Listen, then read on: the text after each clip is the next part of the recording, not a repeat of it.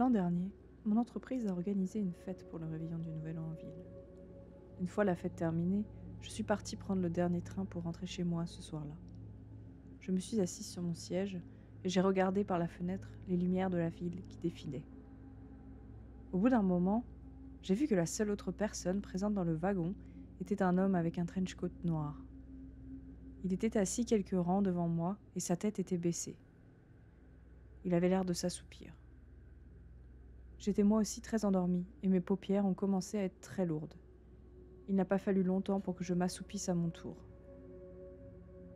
Quelques minutes plus tard, j'ai été réveillée en sursaut par le cliquetis du train. Quand j'ai ouvert les yeux, quelque chose semblait différent. J'en étais pas sûre, mais j'avais l'impression que l'homme au trench coat noir était un siège plus près de moi.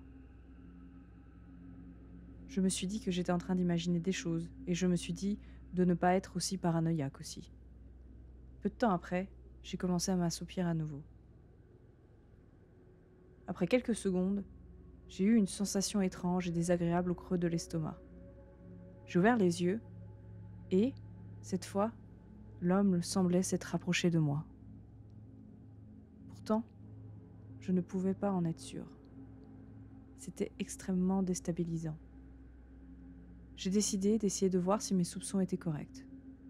J'ai décidé de faire semblant de m'endormir à nouveau, mais en gardant un œil entrouvert, juste pour voir ce que l'homme ferait. Il était resté assis là, sans bouger un seul muscle. Je pouvais sentir ses yeux me fixer, mais il ne bougeait pas d'un pouce. Alors que j'étais sur le point de pousser un soupir de soulagement, je l'ai entendu marmonner quelque chose dans son souffle.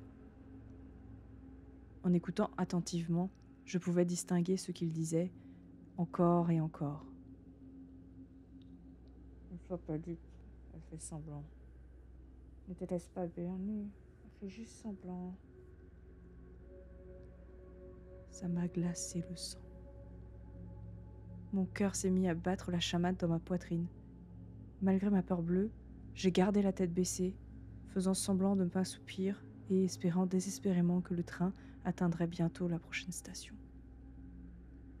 Alors qu'il s'est finalement arrêté et que les portes se sont ouvertes, j'ai attendu le bon moment.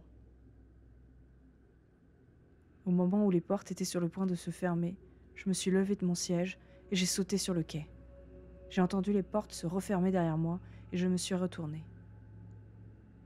Alors que le train sortait de la gare, j'ai vu l'homme au trench coat noir debout, le visage collé contre la vitre.